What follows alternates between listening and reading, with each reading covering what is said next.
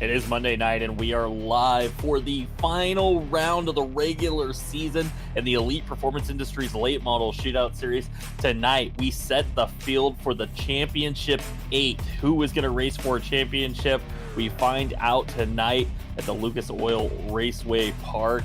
I am Jeff By Jr., joined by Bill Tomer in the broadcast booth. And Bill, this is it. It's coming down to crunch time for some of these drivers. You got to get in tonight if you want to race for a championship. That's right, man. This is where it all happens. Money's on the line for the most part. I mean, you don't get to race for the big money if you don't get in the playoffs. So here we go. One more night for these guys to prove themselves, try to score some points, and see if they can get into that final 8. Well, some drivers on the bubble tonight, and kind of possibly a big shakeup. We have not seen Cody Kelly. Cody Kelly has 2 wins on the season. He comes into tonight 7th in points. He is not here, and he might relinquish one of those top 8 championship spots here on the final night. That's a disaster, isn't it? I mean, that would be rough if Cody Kelly can't be here for whatever reason. Obviously, he has a lot of stuff going on in real life, but just to miss out on an opportunity to run for this championship just because you're not able to make it, as good as he's been all season, that's unfortunate for the 75 car.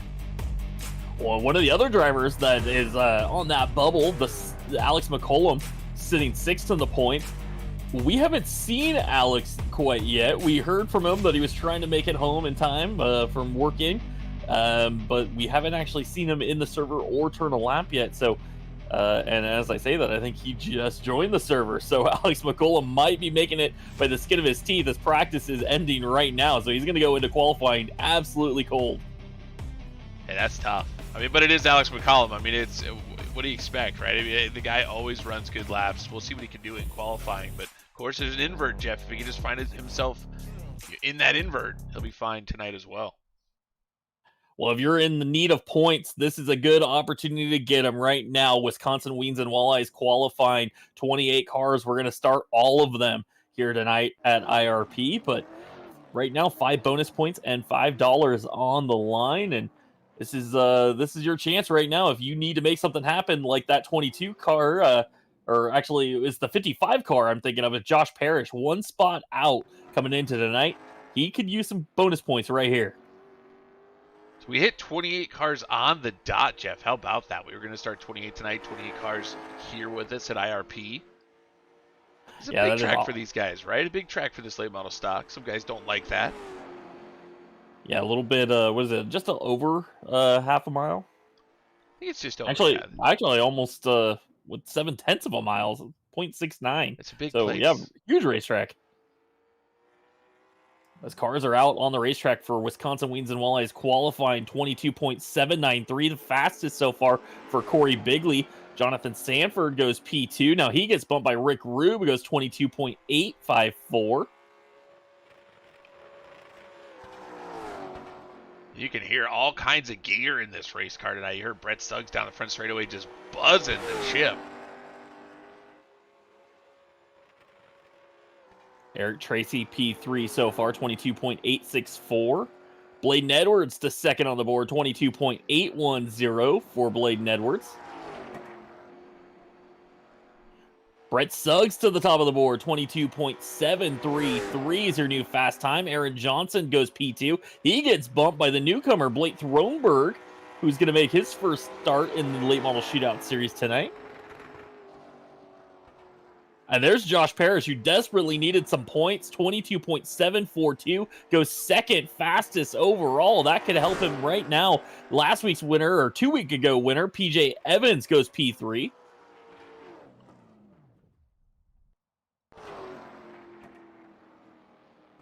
Josh Cottle sitting 4th on the board. Blake Thronberg back to 5th now.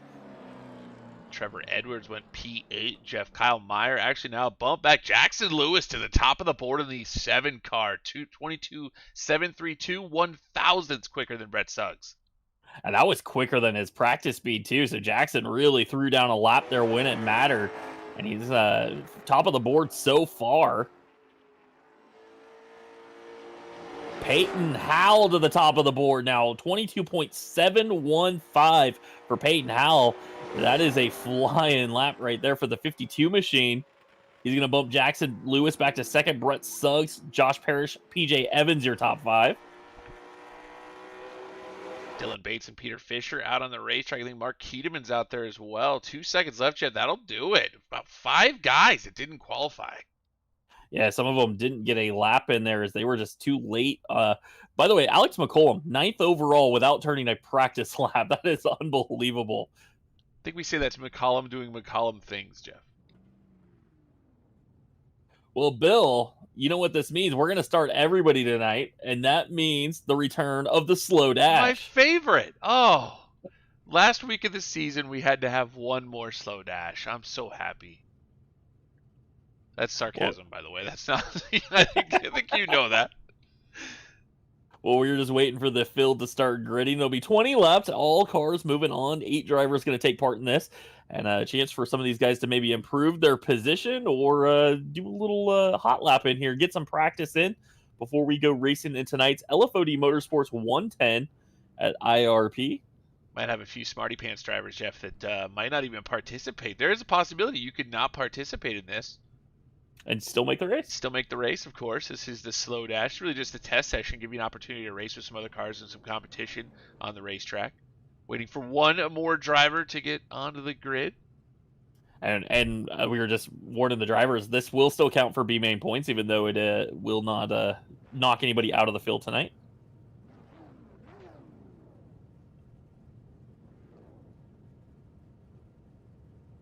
So, Bill, it looks like they're all gridded up on the pole for this slow dash. The 31 of Zach Onen on the outside of him. In the 25 machine, that'll be Devin Rogers. Jonathan Sanford's going to roll off P3 in the familiar 212 and to his outside. His first week with the series coming out of the Late Model Challenger Series. It's a 2-car Mark Keedeman.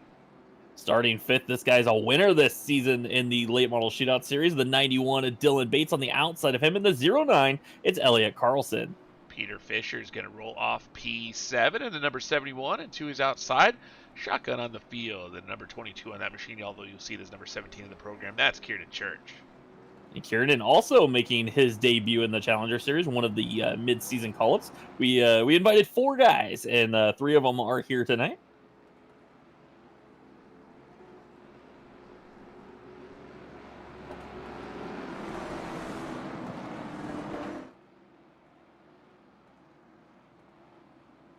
So Bill pulling up those B-main standings right now. Jonathan Sanford in the lead in the B-main standings. He's got a chance to try to extend that lead because Reagan Parrott already qualified his way into the field. Not going to take part in this one. 3rd place, Elliott Carlson is in here. Devin Rogers tied for 4th with John Piet. Piet not here tonight, but a chance for Sanford and possibly a chance for Elliott and Devin to make some ground up as the pace car heads off the racetrack. Zach Onen taking him green flag racing.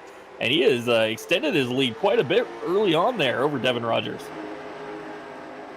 Zach Onen into turn number 1. Devin Rogers right behind him, side by side for 3rd. That's Sanford side by side with Mark Keedeman as they come off of turn 2. Here comes Dylan Bates on the outside of the 91 machine. Sanford on the bottom, Jeff. It's interesting. The IRP, a very weird racetrack, and we might want to give everybody a heads up on how this thing races. The high side has more banking than the low side, but the middle is usually the fastest here at IRP. Yeah, progressively banked, so it gets more banking as it goes up towards the wall. But you can use all the racetrack as Devin Rogers and Mark Keatman get together there. But what I heard, Bill, is the middle seems to be the fastest here at this racetrack right now. And you're seeing it. Devin Rogers picking the middle. Dylan Bates trying to go to the top, and that thing got loose. And it looks like he might be able to clear Devin Rogers this time. Move Dylan Bates up to 2nd. Tight racing between Keedeman and Sanford. That's a battle for 4th. You'll see it. Keedeman wants the middle, so it's going to force the 212 to run the very outside there. That seems to be the fast way around. Not enough on the bottom there to make running on the flattest part of the racetrack.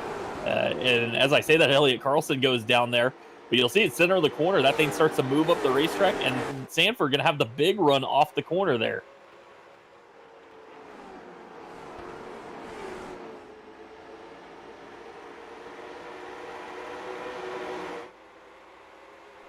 Sanford able to clear Elliott Carlson. That is a battle for the 5th position. And then Carlson going to try to fight back. But here comes the 22 with Kieran Church on the outside. And Bill, these cars are wiggling around a lot early on in this one.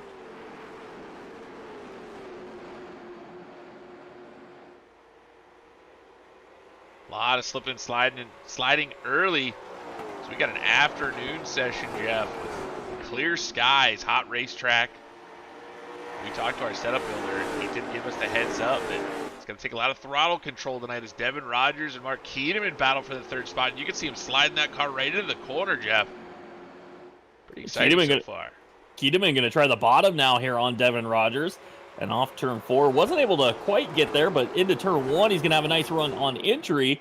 And then you're going to see Rogers maybe pull ahead on exit if that car can get the power down, which, as you said, is going to be very difficult tonight because, as we said before, Daniel Pope likes to make these guys work. And what he did tonight was give us a 112-degree track temp. And these guys are sliding around. You saw Mark Keedeman coming off turn 4. That thing just stepped sideways when he hit the throttle. You're saying Daniel Pope is a grumpy old man, is what you're saying. Yeah, he wanted to wear these guys out tonight, and that's what he's giving us right now as we're 8 laps into it with Zach Oden well out front of Dylan Bates. Dylan trying to reel in that 31 machine. Devin Rogers runs 3rd, Mark Keetman 4th, Jonathan Sanford 5th, and he's starting to feel some pressure from Kieran Church, who's finally cleared Elliott Carlson, and that 22 machine starting to make gains from the rear of the field. Dylan Bates making his way all the way through the field and now hunting your leader. Bates starting to close in just a little bit on Zach Oden. So they just working lap 10. Should make that, there it is, lap 10. Took a minute for my scoreboard to update. Well, as we said, good practice session for these drivers, 20 laps here. It's only a 110-lap race, so 20 laps is a pretty good distance. It'll give them a good idea of what kind of tire wear they'll have if they push as hard as they are right now in this dash. It looks like Jonathan Sanford and Kieran Church are still battling it out back there, and Mark Keetman still trying to find his way around Devin Rogers, so some fun battles going on still.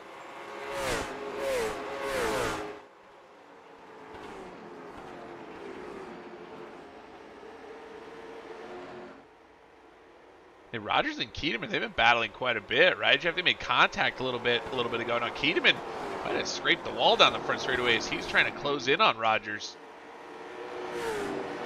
Well, I want to give a shout out to everybody that's hanging out in the Facebook chat, the Bill and Jeff fan club, Jeff By Senior in the house, Mason Johnson here cheering for Brendan Lee, who you'll see in the A main in just a bit.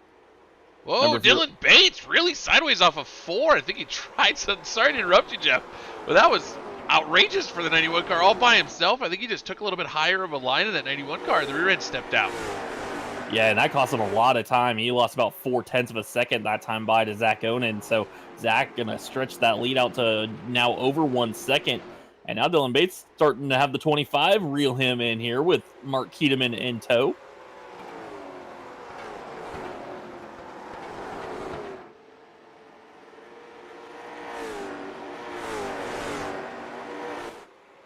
Bates able to cut a little bit out of that lead from Zach Oden, but not going to be enough here unless the 31 has some serious issues or there is a caution in this race. Jonathan Sanford just did the same thing in the 2-1-2 as he's up really tight on Kieran Church. They might have made contact through 1 and 2. Church up the hill. Church sliding the car through the corner, and he's off the wall down in turn 2. Yeah, the 22 is trying to get back to the throttle because the 09 was starting to come up the inside, and that thing just would not hook up. You can see the rear end just start sliding around. It's still sliding as the 2-1-2 got up the racetrack that time, and these guys are starting to bunch up here. It looks like Peter Fisher might have had a moment there, almost got the turn 1 wall. This is crazy racing for a B main where everybody gets in. These guys having fun right now. Well, as we said, good opportunity to learn right now. How hard can you push it? Well, you know, what is going to be the fastest way? What's the way to pass? And for some of these guys, they're going to be starting deep tonight. They're going to have to pass a lot of cars if they want to get to the front. And it's a good opportunity to try to feel it out as Kieran Church still trying to find a way around Jonathan Sanford. You can see here, Jeff, how they just fan out all over this racetrack. Guys running the bottom, the middle, the top. Just trying to find something to get a little bit of an advantage on the guy in front of you. Now Kieran Church going to look to the bottom entering turn one.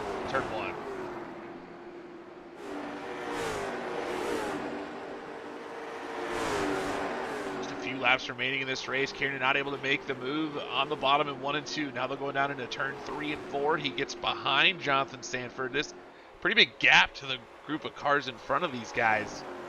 These guys put on a show right now as they're battling for 5th in the B main. Yeah, just 2 laps to go for Zach Owen, who's still out front by nearly a second over Dylan Bates. Devin Rogers runs third. Mark Keatman. This is the best battle on the racetrack, as Kieran Church is a little bit quicker than Jonathan Sanford, but Sanford running that middle groove, making it very difficult to find a way around him. White flag out for Zach Owen through 1 and 2. Again, every car transferring into the A main event. This is just a practice session or a test session for these guys. Owen into 3 and 4 with the lead. Zach Owen runs through 3 and 4 all by himself, nobody around, and he's going to win the slow dash, move on to the A main with Dylan Bates, Devin Rogers, Mark Keatman, Jonathan Sanford going to hold on for 5th. Kieran Church going to finish 6th with Elliot Carlson and Peter Fisher behind him. Pretty good race in that B man. I hope that's a sign of things to come here at IRP. Yeah, absolutely. I think that was a learning situation for everybody that was watching. This car is going to be a handful once the green flag drops tonight in tonight's feature event. Is they're going to get one last chance to run some practice laps here, and here we go. I'm seeing the chatter going on right now in the server, and Trevor Edwards saying, "Let's just advance so Alex can't practice." Well, of course, you know how that works, right? No. What's he going to get, a lap or 2? I mean, it's not going to be a tremendous Yeah, barely a lap here, as they are on the racetrack right now. Just about 1 minute left to go in this one. And Brooklyn in the house, cheering for Peyton Howell, Baby Shark, who won the Wisconsin Weens and Walleyes Quick Time Award, a $5 bonus, 5 points for Peyton Howell. And that's big for Peyton because he was on the bubble. He was number 8 coming into tonight with Cody Kelly not here in 7th place in the standings. This is a chance for Peyton to, maybe lock himself in tonight with that bonus points. That's 5 points in his pocket. That's going to help in locking him into the playoffs here in the final night of the regular season. TP3D designs penalties, and get this, Bill. Peyton Howell on that list. He's going to go to the rear of the field tonight with his teammate, Bladen Edwards. Both of them going to start with an EOL, the only 2 drivers on the TP3D penalty report. And that's why you don't get yourself a penalty, Jeff, because if you were going to start up front, I guess he would have started 7th, right? The invert tonight will be 7. So he has to go to the back instead of starting 7. That's unfortunate. So he'll start 28th instead of 7th. And guess what? He's not in the running. Well, he is, but not in the running like he would be if he started 28th for the Adobe Mountain Speedway Hard Charger Award. Yep, $5 on the line to the driver that gains the most positions tonight. We also have that clean driver award, courtesy of SD Ireland Cancer Research Fund, and those drivers that finish tonight with 0X will be entered into that drawing. And here we go. We are getting set to start gridding here.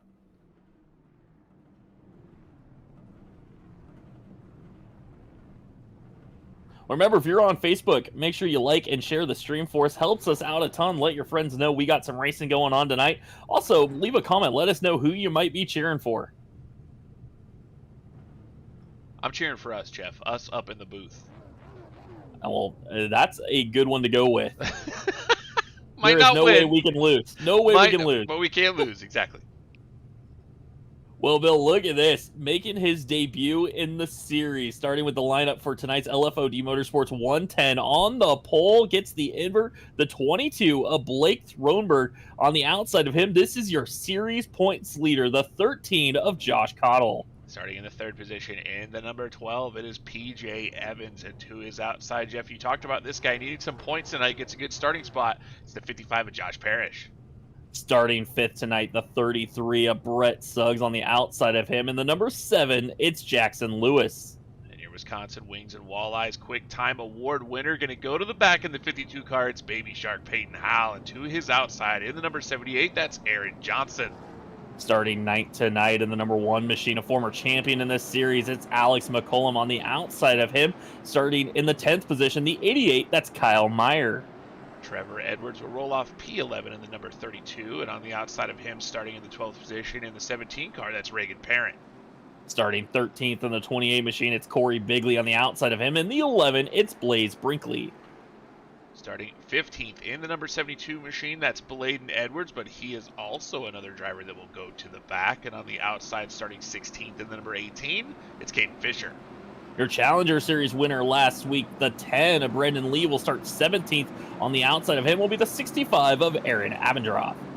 Starting 19th in the number 81 car, it's the ravishing one, Rick Rube. And on the outside of him in the 66, that's Eric Tracy.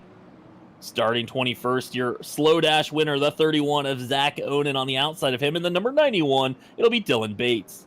Devin Rogers will roll off P23 in the number 25 car, and on his outside in the number 2, his first race with the Late Model Shootout Series, it's Mark Keteman.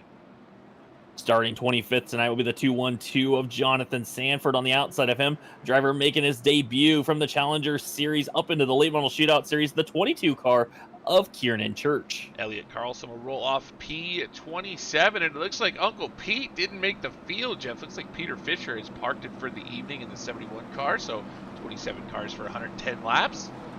We're about to go green flag racing. It is nearly go time as these guys are going to get just one more trip around the racetrack.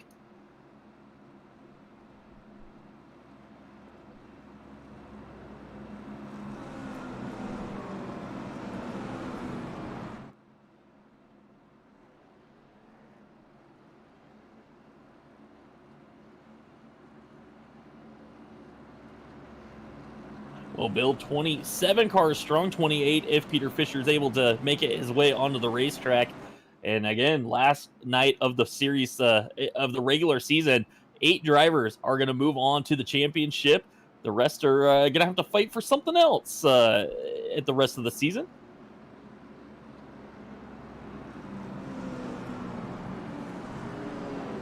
Well, there is the 9th and 10th prizes up for grabs, Jeff. Yeah, still 9th and 10th place up for grabs. We do pay through the top 10. It's just the top 8 that get to run for a championship. Well, here we go. Pace car is going to head off the racetrack this time. Blake Thronberg, for the first time in the Late Model Shootout Series, going to lead the field to green with the points leader Josh Cottle on the outside of him. 2 weeks ago, the winner, PJ Evans, starts 3rd. Josh Parrish going to start 4th tonight. And as I say that, the pace car decided not to go off the racetrack. Richard Petty, once again, driving the pace truck, just will not leave. We're going to have a talk with the king. Just tell him, like, listen, man, we tell you to get off the track, get off. I'm going to take his cowboy hat off his head next time. But you got to think there's a lot of pressure on Blake Thronberg, right? I mean, the guy's pretty new to iRacing. He's been getting better every single week. And we've talked to him multiple times now. He's finished well in the Late Model Challenger Series. That's why he gets the call up to Monday nights. And now in his first race, he starts on the pole and leads this field as he watches the pace truck drive off the racetrack. Blake Thronberg about to take his green flag racing. Well, here we go. Regular season coming to an end. Who is going to pick up some bonus points? Who is going to make it into the playoffs? Blake Thronberg going to bring him to the green. The LFOD Motorsports 110 is underway, and PJ Evans going to already challenge Josh Cottle. Cottle a little slow to get going on the outside line. He's going to let the 12 machine of PJ Evans go, and Evans jumps to the outside of Thronberg. He wants to get the lead early. PJ Evans making moves right out of the gate. He'll go to the lead. And we saw that last week with PJ. He got out to the lead early, and it held up. He was able to control the pace, and he wants to do that again. So PJ Evans, your latest winner in the Late Model Shootout Series 2 weeks ago, straight to the front. Here comes Cottle on the outside. Thronberg not in a challenging mood right now. He's just going to let these guys move past him, and he's just going to ride and try to save some tires, it looks like. A hornet's nest behind PJ Evans, Jeff. I don't know if I were you. I don't think I'd want to be in this thing. There are cars everywhere from second on back. Yeah, maybe PJ Evans is thinking, you know what, the safest place to be is out front, and that's what he wants to do. These guys towards the middle. I'm seeing Trevor Edwards leading the first group. That's all side by side, two by two, all the way back through the field. Oh, it's crazy. I mean, I'm trying to find something to actually look at, Jeff, and there's just cars everywhere. You said it, Trevor Edwards. You got Kyle Meyer to his outside. Corey Bigley there as well in the 28. They're starting to get a little bit sorted out towards the front, but these guys, we're still pacing back here as they're at full speed, but side by side throughout the field. This looks like Daytona. Well, another car on the moves, 33 of Brett Suggs. He went around Thronberg. Now he goes around Cottle on the outside. So moves Suggs up to second. And he's going to set his sights on PJ Evans, who's now out about a half a second over the rest of the field.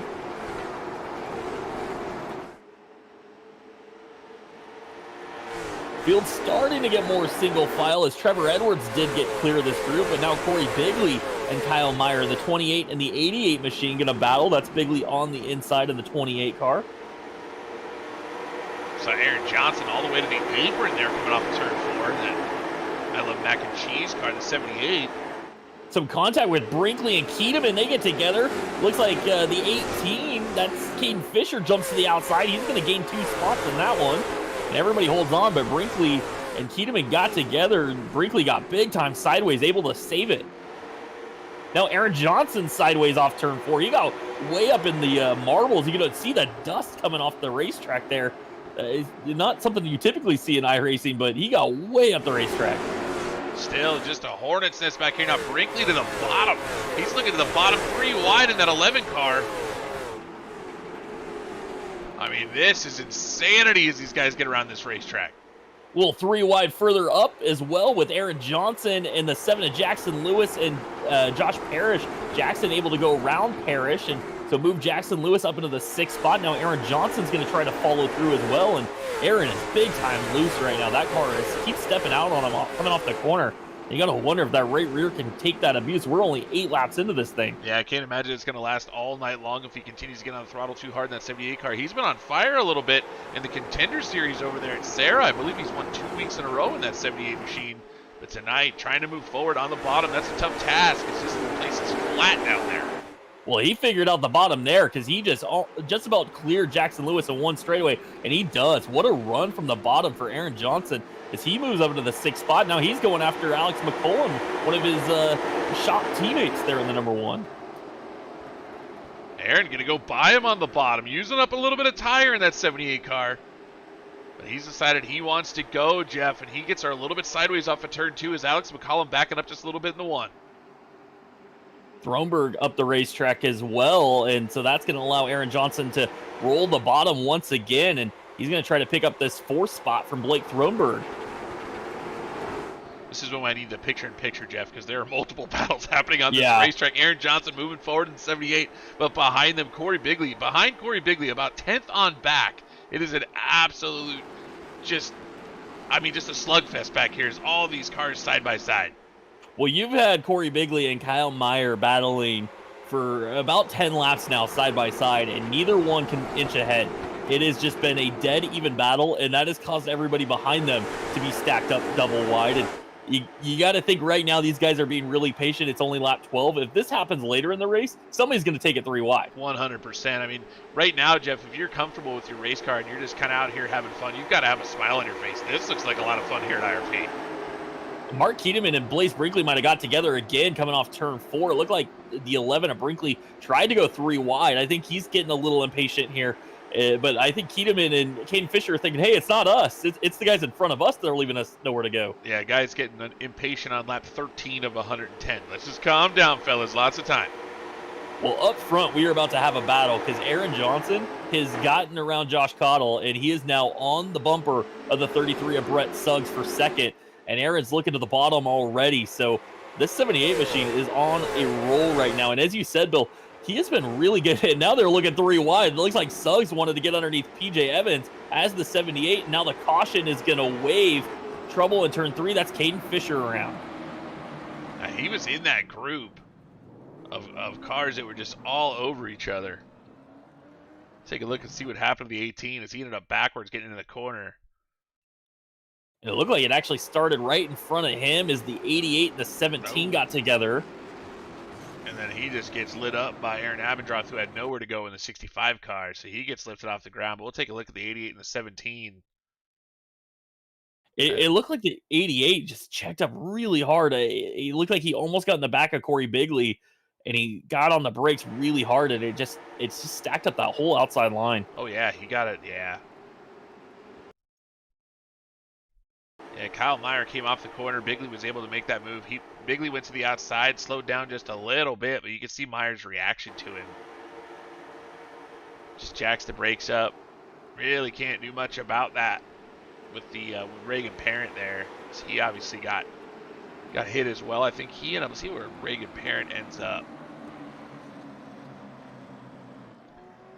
Oh, he ended up at the bottom here. This is, go back a little bit and watch that one again.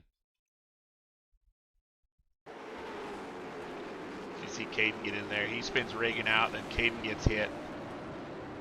Ooh, Reagan Parent got another shot. Looks like Kieran Church came through and cleared Reagan Parent out, Jeff. Isn't Reagan Parent in the fight for the points? No, not in this series. In the Challenger Series tomorrow night. So that was why it was really important for him to be here tonight, is to get some practice, because he is in that battle tomorrow night in the Challenger Series. He'll be racing at the same racetrack. So Reagan on pit lane, getting some of that damage fixed in the 17. He did nose her into the wall there in turn 4.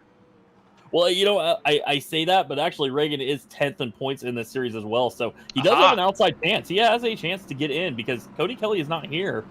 And, you know, anything can happen. He was only 7 points behind Josh Parrish, who he said he needed points. So, you know, anything could happen. So not the way that Reagan wanted to start. Josh Parrish currently running in the 9th position, so having a good night so far.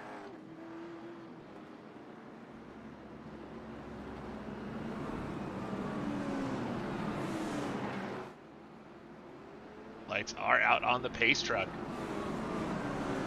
Well, we are doubled back up right now for PJ Evans and Brett Suggs. But again, watch that 78, because Aaron Johnson, he has been the fastest car on the racetrack quite a bit here in the first about, 14, 15 laps before the first caution. So here we go, back to green flag racing. PJ Evans, Brett Suggs on the front row, headed to the BSRM restart zone.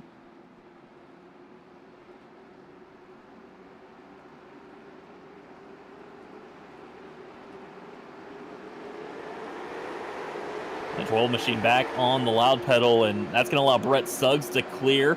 He gets ahead of Aaron Johnson, then Johnson comes right back up at the bottom. He's going to try to pull alongside Brett Suggs.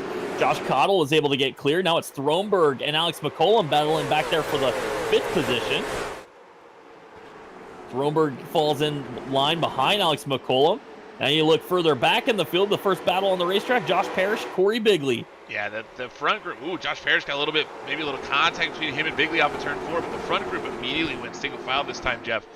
And of course, Corey Bigley and Josh Parrish, they are going to stay side by side as they get off of turn number 2. Bottom, well, Corey Bigley creeped down just a little bit and got to the door of Josh Parrish, and Josh Parrish going to run him up the hill in 3 and 4. Almost a little contact again, as now Parrish does clear Corey Bigley. Behind them, that's Keaton making his series debut. Here comes Brendan Lee, who won 2 weeks ago in the Challenger Series, coming up the inside, who was the winner at 5 flags. And now the 11, Blaze Brinkley, also jumps to the bottom. He's going to try to get around Corey Bigley here.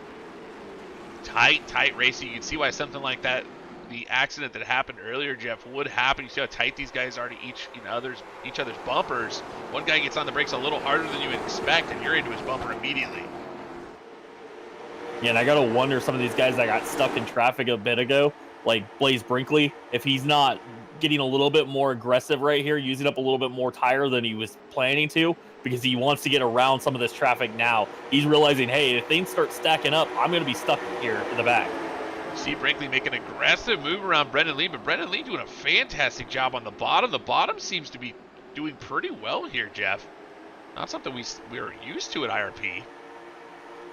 Well, the 11 gets to the outside of him, but he is kind of stuck behind Trevor Edwards, because remember, the middle is the preferred groove here at this racetrack. So Trevor Edwards running the middle groove, and Blaze Brinkley's kind of caught behind him, and that might allow Brendan Lee to try to fight back here on the inside. And look at him go. He dives that thing off into turn 1. Yeah, just gets to the bottom, turns it down. It just, the momentum for the top works down the straightaways, but look at that entry. Is Brendan Lee able to drive up alongside of Trevor Edwards, gets about a car length and a half going into the corners. Well, Bill, we were watching this battle in the back, and we just missed something. Aaron Johnson to the race lead over PJ Evans, and he is opening it up now. So the 78 machine to the front, leading this race. And as you said earlier, he has been on a roll in Sarah. He hasn't had the luck here in ITZR, but could tonight be his night that he picks up his first late model shootout series win? Yeah, Aaron Johnson. We saw him almost pick up a win a couple seasons ago at Nashville Mini, Jeff. I think that was in the Challenger Series. And then he did end up winning in the Challenger Series a couple times. But yeah, late model shootout series been a long time coming for Aaron Johnson. And he, like you said, he has been on a roll. Some guys would say he's like butter right now, Jeff. Get it? I got it. Okay. And they still battle further back with the 10 machine of Brendan Lee running 8th, with the 7 of Jackson Lewis was running 7th, and looks like Jackson's going to give up that spot here as Brendan Lee, again, making that bottom work. You can see he was back there battling with the 11 of Brinkley. He has passed Trevor Edwards. He's passed Jackson Lewis. Now he's looking to get around the 22 with Throneberg. Jeff, when you look out front, you think, oh, what a calm race we're having out front here. And then you go back to this group. There is nothing calm about what's happening back here in the top 10. It is absolute nuts racing right now. These guys are just too deep throughout the field as Dylan Bates is sideways, and he's going to get some help from the 31. Eric Tracy's involved. No caution just yet as the 31 is turned around backwards. See if he can get back on the racetrack. Yeah, he spun her around, Jeff. He's going to get moving. So we are still green flag here on lap 28. Going to keep on racing. And Brendan Lee starting to inch ahead of Throneberg now, and that is a battle for the 6th position.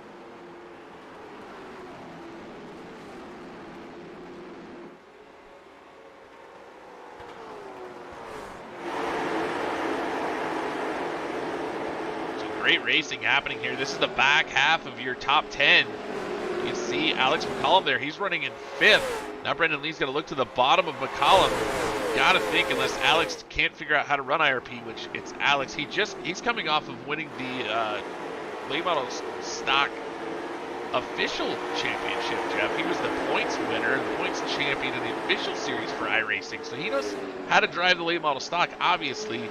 Right now, I think Alex's entire safety is in the one car.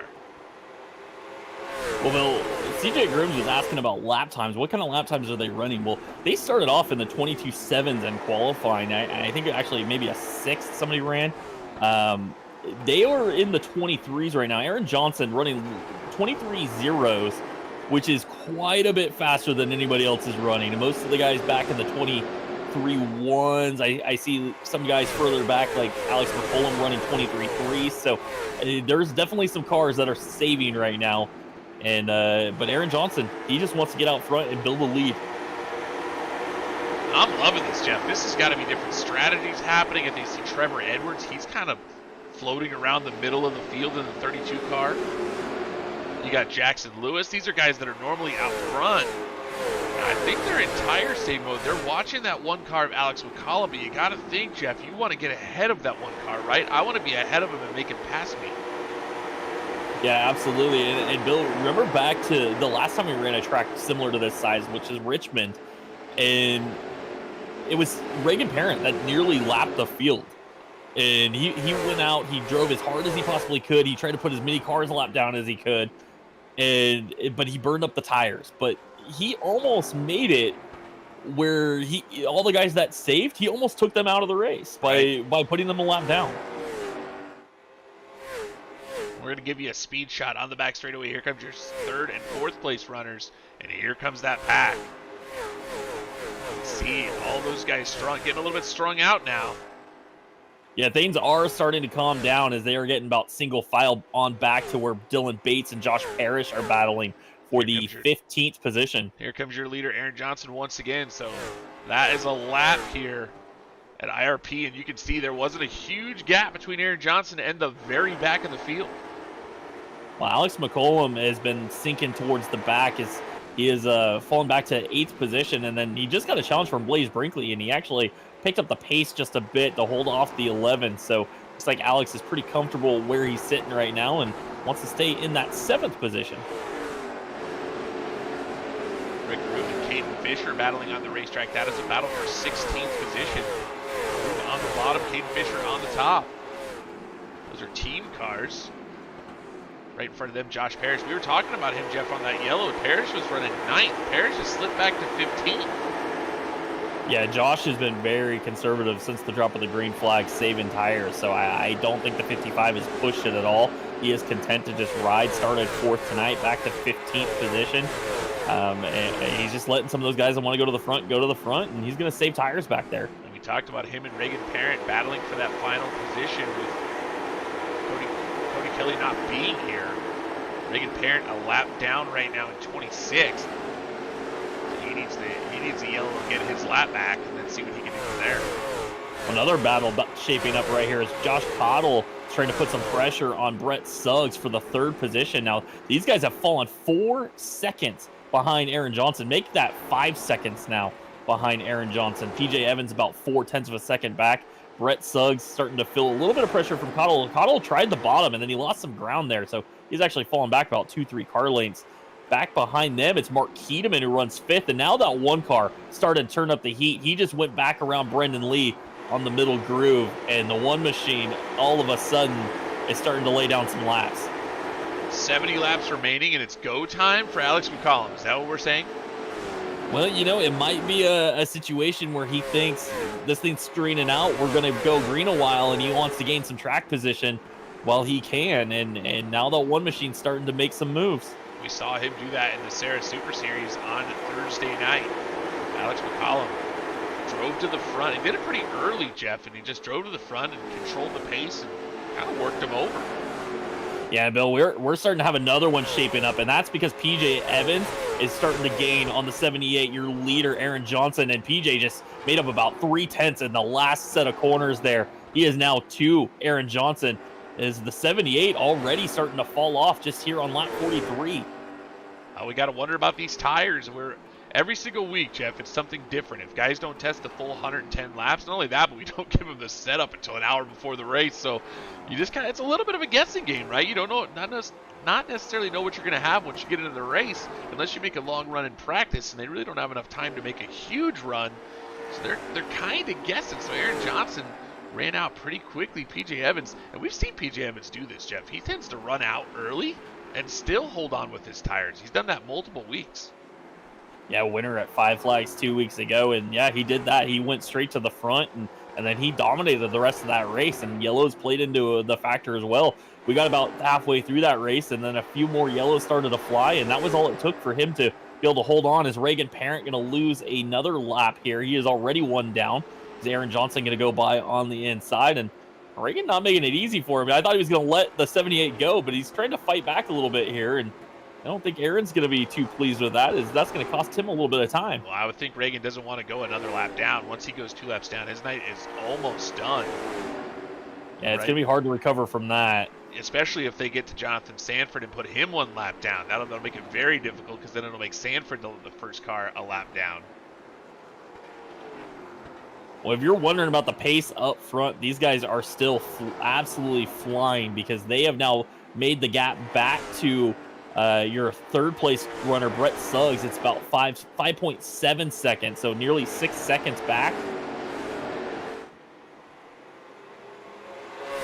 And Reagan Parent looks like he's going to head down to pit road, so I think Reagan realizes this is not going to go his way tonight, and he might be calling it. That is unfortunate for your driver that is 10th place in points, not the night he was looking for. Yeah, that's probably going to make it impossible for him to make it into the playoffs. Fortunately, he needed a big run tonight to sneak his way in. And now all the focus is going to be on tomorrow night, because he's still got a chance to run for that Challenger Series championship if he can make it into the top 8 tomorrow night. Oh my goodness, Mark Keedeman and Alex McCollum so close in the 1 and the 2 here. Keedeman in the 2, McCollum in the 1. McCollum all over the back bumper of Mark Keedeman. Keedeman does not want to let him go, but McCollum, you're right, Jeff. He has turned the wick up just a little bit, really putting pressure in the 2 car. Well, Keedeman passed a lot of cars to get that track position early on. He started 24th. He is now running 5th, and he did that very quickly. And I don't think he wants to relinquish that. He probably used up a lot of tire. Now he needs to make that one car use up tire to get around him, and that will even the score if he can do that. Well, at the same time, they're starting to close down on Josh Cottle and Brett Suggs.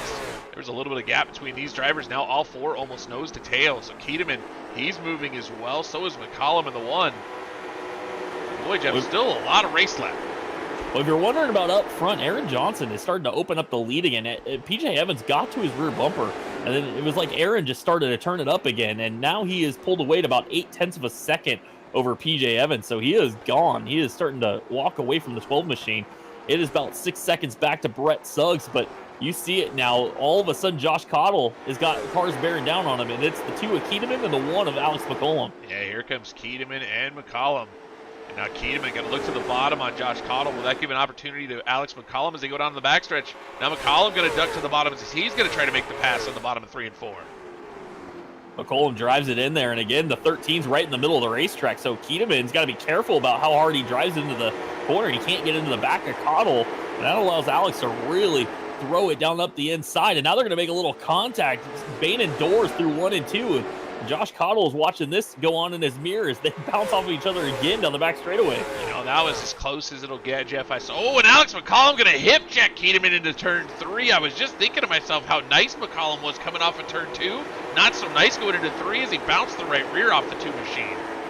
Well, the interesting part, Bill, I'm listening to the radio chatter, and at the same time that's happening, Mark Keaton's thinking it was saying, you know, what is Alex doing? Like, okay. And Alex is going, yeah, thanks to. So both of them think they're the other guy's at fault there. Well, coming off of turn 2, they were side by side. I mean, you can see McCollum yank the car down not to hit the 2 coming off of that corner.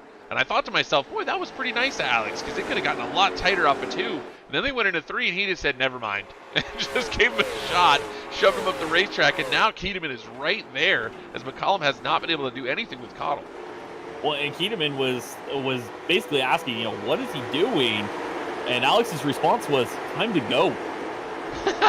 Price of poker's gone up already, huh? We're just over halfway. Yeah, just over halfway, and Alex McCollum, again, he has turned up the heat right now, up into the 5th spot, started 9th tonight.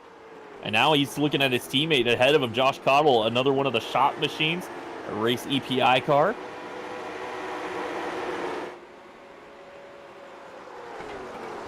Bill, we've been green for quite a while now.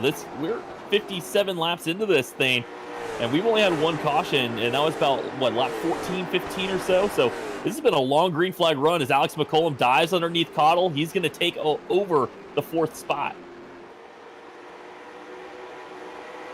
Ooh, I just saw Blaze Brinkley get really sideways off of turn number 4. He's got Brendan Lee all over his back bumper.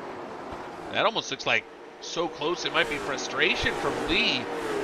I'm having fun, Jeff. I'm starting to watch the rubber get laid down in the corners, and it's interesting to me the line that it's being laid in, because this track is so wide.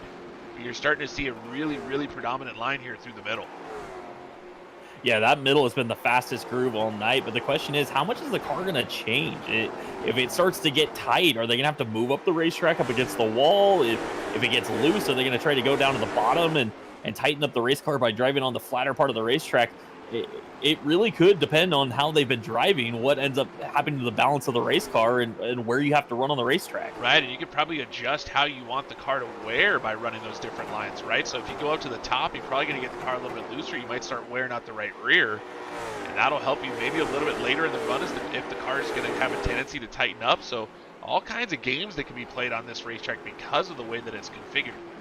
Yeah, absolutely, and that's the fun part about fixed setup racing. It puts it in the driver's hands. Yeah, you don't just get to build the fastest setup you can. You got to learn to drive what you're given and figure out how to make it fast. You saw Blake Thronberg get into the wall on the top of your screen in the 22 cars. They came off turn 4. Now Corey Bigley sideways through the corner 1 and 2. He's got Jackson Lewis on his back bumper. Jackson Lewis with his budget internet again, blinking in and out on the racetrack. Unfortunately for the 7 car, that seems to happen to him in just about every race. He must live out in the woods, Jeff. Well, he's trying to get around Corey Bigley, who's running in the top 10. He's going to send it up the inside, but not able to clear. It almost looked like he was going to try the slider, but it wasn't there, and then he had to park it in the center of the corner to keep it off Corey, and Corey just drives right around him. That takes the pressure off of Thronberg. I'd been noticing Corey Bigley had started to put pressure on Thronberg, and Thronberg got the car really sideways off of turn 4 as a result. And now Jackson Lewis able to put pressure on Corey Bigley. Well, it's going to get fun as we keep going, Jeff. These cars are going to start to wear out on these drivers, and it's going to be all over the place for these guys. You know, Brendan Lee and Blaze Brinkley are still battling it out as Brendan Lee's trying the bottom. He hasn't made as much progress on the inside as he did early on. But again, as the cars spread out, it's going to be harder to make those passes on the bottom because the guys on the top don't have anybody to hold them up. So Brendan Lee right now trying to make it work. He just can't quite get the run that he needs on the 11. He's going to try once again down into turn 3. As these two battle again for the 7th position. So you got Brendan Lee there trying to make the move on Brinkley behind them. You can see Jackson Lewis and Corey Bigley, they continue to battle. That's the battle for 10th. Jackson Lewis starts to lose a little bit of patience as he gets into the 28 car through 1 and 2, knocks Corey off the racetrack. Jackson Lewis is going to go through. Here comes Trevor Edwards in the 32. Yeah, Trevor Edwards going to try to take advantage of this one as he's going to try to follow past Corey Bigley, but Bigley going to fight back on the outside and almost make a little contact there. I don't know if they did actually touch, but looks like now the 32 going to make the pass finally, and Corey Bigley going to slot back into the 12th position. Here comes Dylan Bates as well. Bates came out of the B main, but had an issue early in the race where he got the car really sideways off of turn 2. That caused a near caution where Zach Onen was actually caught and spun around.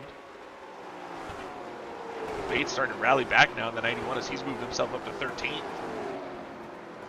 Well, Bill, out front, Aaron Johnson has now stretched it to 1.7 over PJ Evans, who's kind of fallen off a bit here. Brett Suggs still runs in the 3rd spot, 5.8 seconds behind Aaron Johnson. Johnson just put Zach Oden a lap down. That's the 25th place running car. The next one up is Bladen Edwards, who started at the rear of the field due to a penalty tonight with his teammate Peyton Howe, quit qualifier, and they have gone nowhere. They have just cruised in the back, but guess what? Here comes the race leader. Yeah, if you have anything, it's go time. You cannot get lapped. I think they're going to wait till the last possible moment when he gets to them. If they have any kind of tire, they're going to try to go. Thing is, Jeff, guys that are running out front, they tend to be pretty fast. So we've seen multiple times where guys are kind of saving tires. They try to turn the wick up a little bit, and they are not faster than the leader. Yeah, and that's the thing. They're praying for a caution right now, but they need a caution that leaves them enough time to pass cars, because you saw how difficult it is to pass when they're all double file on these restarts. Takes a while for it to strain out, and you could get stuck in traffic for a long time here.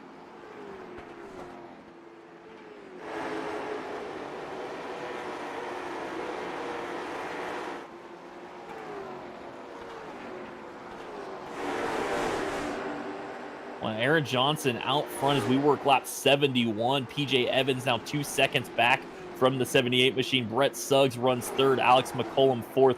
Josh Cottle 5th. Mark Keatman runs 6th. Blaze Brinkley in the 7th position, still under fire from Brendan Lee, who just can't find a way around the 11 machine.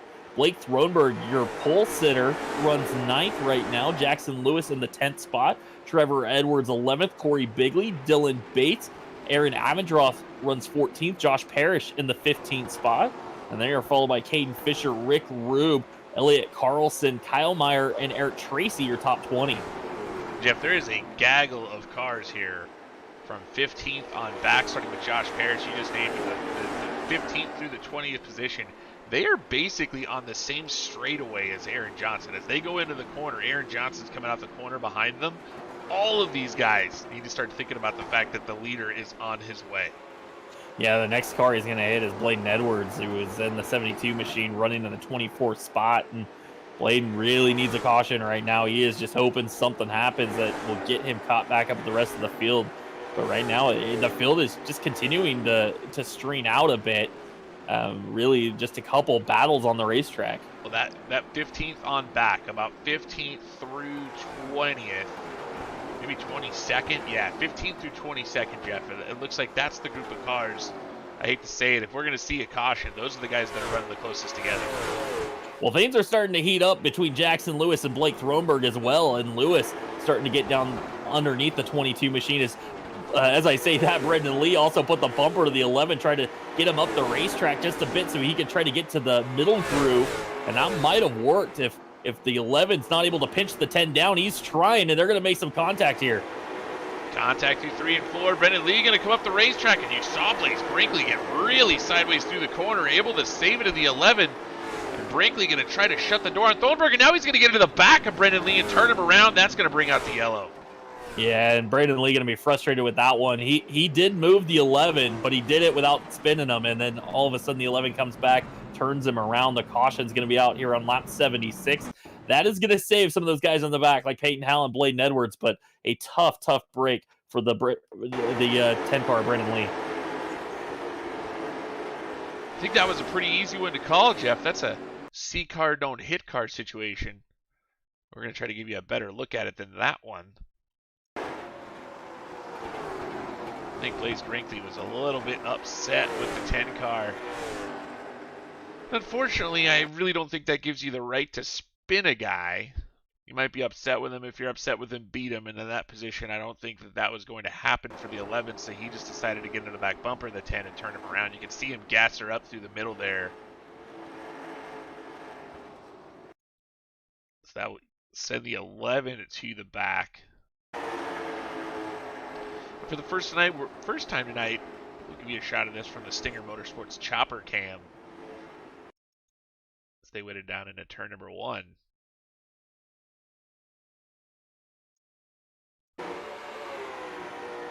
Well, Blaze Brinkley. The 11 actually drove into the 10, getting into the corner, and then gave the old double shot through the middle as Brendan Lee tried to save it. Well, Blaze Brinkley going to go to the rear of the field, and I tell you what, the guy that didn't want to see that caution, Aaron Johnson, he had 2 seconds over PJ Evans, and it was about 5 or 6 back to Brett Suggs and Alex McCollum. It is all gone. Now Aaron Johnson going to have the rest of the field behind him. As we go back to green, it's probably going to be about lap 82, I believe. Pretty close. It's a decent estimate, Jeff. I'll give you that one. Some drivers coming down pit road, which is interesting. Bladen Edwards and Peyton Howell both came down pit road. Now, they can't really do anything. They can't take tires. The only thing they could possibly do, take fuel and maybe try to loosen that car up a little bit. Ooh, I like that thought.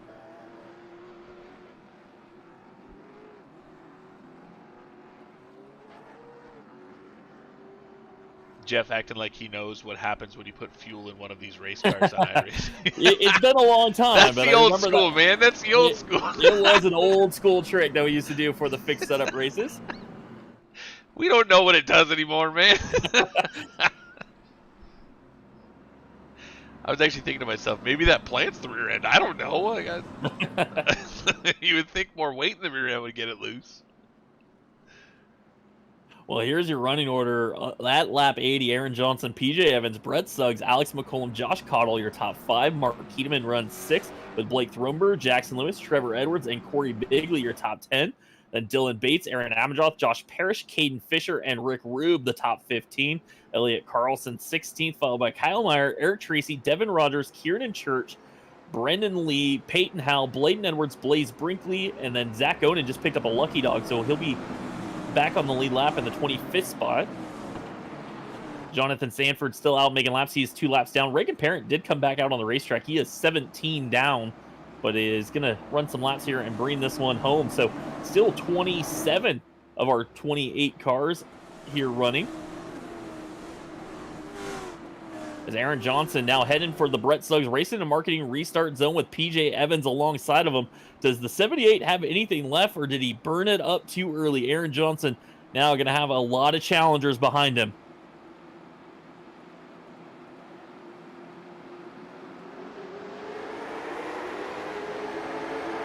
We are green flag racing once again, and Aaron made him wait, and that really is going to keep them all doubled up as we go back to green flag racing. Here comes PJ Evans up the inside. Look to the inside. Now he's going to go back to the top, try to cut off the one machine, keep him from getting anywhere, but now Alex dives to the bottom. Wow, that was a crazy move. Alex McCollum was bobbing and weaving all over the back straightaway, and now he's got Keteman to the outside. They make contact. McCollum down to the very bottom. Brett Suggs in the middle, backs out.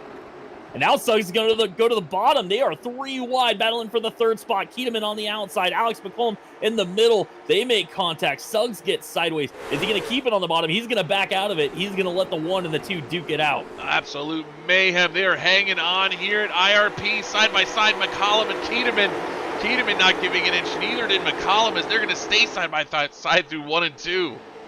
Well, PJ Evans also trying to put some pressure on Aaron Johnson. They're starting to pull away as these two battle back there. But PJ Evans has got to be thinking, now's my time. I need to get around the 78 before any of those two behind me break loose. And he is putting a lot of pressure to Aaron Johnson. Wow, these guys are pushing it so hard. Mark Keteman was completely sideways coming off of turn 4, able to hang on to it. He's going to battle with McCollum. They'll make contact through 1 and 2. McCollum got up into the 2, and immediately on the radio, he said, how much racetrack does he need? He is getting frustrated with the 1 machine of Alex McCollum. Alex finally got clear, but it took, kind of feeding the 2 machine the right rear quarter panel a bit going into turn 1. Now some contact from Suggs from behind. Bunch of cars bobbing and weaving, getting out of line because the cars in front of them checked up. Suggs got into Keteman. And it was Jackson Lewis that had to make the move. He dropped to the bottom. Corey Bigley gave him a break. Bigley up to 7th in the 28 car. And Corey Bigley on the move. Josh Cottle just got a bump from Thronberg in the 22. Your points leader is into the grass. No caution as he has got this thing saved, but he is going to lose a ton of track position. He's trying to get it moving in the 13 car. Here comes Brendan Lee. Brendan Lee had backed out of everything, Jeff. He's way behind the field. Yeah, not sure what happened with the 10 machine, but yeah, he did fall well behind the field as we are still battling hard up with Brett Suggs and Mark Keedeman. They are trying to battle for the 4th spot. Keedeman going to hold on right now, but now Brett Suggs is going to have some pressure from Jackson Lewis. The caution is going to wave. Trouble down the front straightaway. Dylan Bates went around. Bates caution got lap 88. Big damage on the front end of the 91 car. See what happened to him. It looks like he came off the bottom. Yeah, they were 3 wide coming down the front straightaway.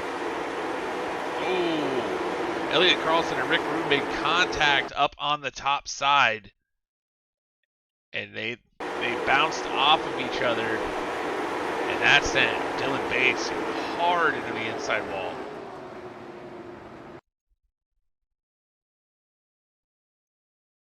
Yeah, the 81, it looks like that car just got a little tight on exit. He got up into the door of Elliott Carlson there.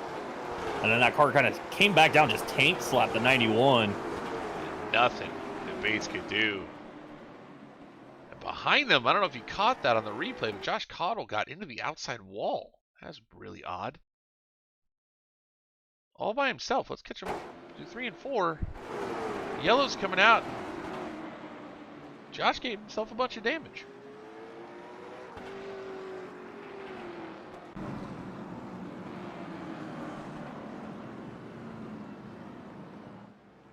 Well, Jonathan Sanford going to pick up a lucky dog here, get one of his laps back. Dylan Bates did lose a lap. Looks like he came down pit road. I don't know if he's going to call it a night on the 91 or not, but he is sitting on pit road.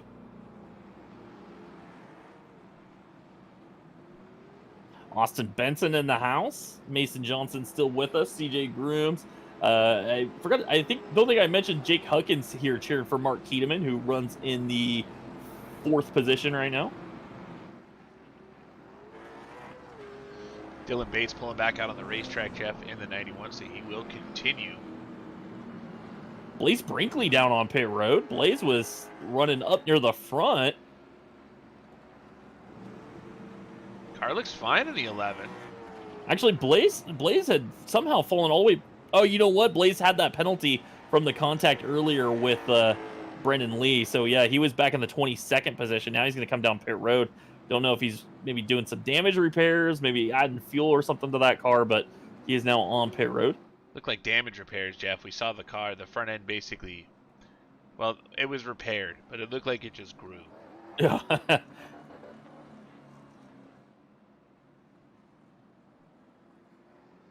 So 24 cars still on the lead lap. Blaze Brinkley will be at the end of that one. Rick Rube did go to the rear of the field due to that caution. He was running at about the 15th position when that one happened. Might need to have a conversation with Aaron Johnson about his contingencies. He's lucky we're Sarah friends. Yeah, still rocking it. And Aaron's not had a great season, and he's been kind of part-time with us because it's from the get-go, it has not been great for him. He's been involved in a lot of crashes, not really of his own doing for a lot of them. So he's been kind of a part-timer this season, and this is a chance for him to turn it around here at ITZR. Can he hold on right now? PJ Evans, who broke through last 2 weeks ago, won his first race at Five Flags in the late model shootout series. But these guys, they're going to have to hold off the defending champion of Alex McCollum back there in that second row. And one of the fastest dudes from the Challenger Series. Look at that. He's running to the top 5 in his first night from the call-up. Yeah, Mark Keedeman having a great run in the 2 car. Man, has it been exciting up front. Got to give a shout out to Corey Bigley having a great night in the 28. He's running in the 7th spot. No, I didn't jinx it, Corey. Caden Fisher up into the top 10. As we get set to go back green flag racing, Aaron Johnson, PJ Evans head to the Brett Suggs Racing and Marketing restart zone. Pace cars off the racetrack. Where will Aaron Johnson go? He waited a little bit longer, got on the front straightaway last time. Looks like he's going to do the same this time, and they are off and away. He is not going to be able to clear the 12 machine into turn 1. Now, will he be able to clear? No, PJ Evans going to fight back. Will he be able to hang up on the top side? Can he keep the 78 from getting up the racetrack? No, Aaron Johnson does finally clear. Now PJ Evans going to switch to the bottom of the 12 car. He's going to look down there, almost, and there is contact between the leaders. PJ Evans going to bounce off of him again. They're going to be side by side. Alex McCollum has stuck his nose in. Now he's going to go by PJ Evans on the outside. Here comes McCollum in the one, Jeff. We talked about him saving tires. Is that finally coming to fruition for McCollum? Well, McCollum is on it now, and that was almost disastrous for Aaron Johnson, who got a tap in the left rear quarter panel from the 12 of PJ Evans. Everybody held on, but Alex McCollum took advantage. Now McCollum's trying to get to the outside of Aaron Johnson. Johnson sideways off turn 4. Here comes the one machine. Can he pull even with Aaron Johnson? McCollum to the outside of the one, slings it into turn 1, gets the momentum on the top side. Aaron going to try to close the door, can't do it. McCollum, here comes PJ Evans to the bottom. PJ Evans is not done. Now Aaron Johnson has to go down the racetrack to defend. That's going to allow Alex McCollum to take the race lead. The caution waves right as McCollum gets out front. Oh my goodness, was that getting good. Now I'm mad at whoever caused the caution. Well, it might be Devin Rogers, who's around backwards in turn 3, the 25 machine around. Devin trying to find his way through the gears to get that car spun around before the leaders get there. Oh, and it looked like he might have had some help from behind. That was Blaze Brinkley coming in the 11 machine that got into the back of the 25. That would be the second caution on the 11 car tonight, as we saw him get into Brendan Lee. That's what happened to Brendan Lee, Jeff, how quickly we forget. We follow this battle through turns 1 and 2, down into turn number 3. Blaze just gets into the 25. I don't see a brutal check up there. I mean, Caudle does, but I don't think Devin closes that gap as well. Well, Bill, when the caution waved, Alex McCollum was out front, PJ Evans second, Aaron Johnson third. Cow.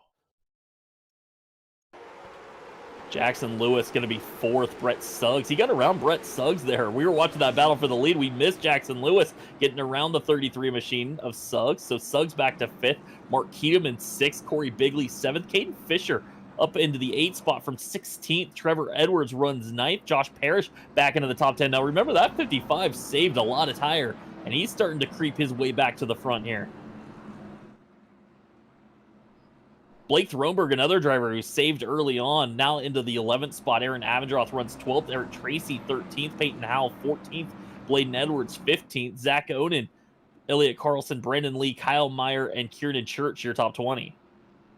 I will say this, Jeff. This has been some of the most exciting racing we have seen all season. The way these guys have been able to beat and bang here in this late model stock car.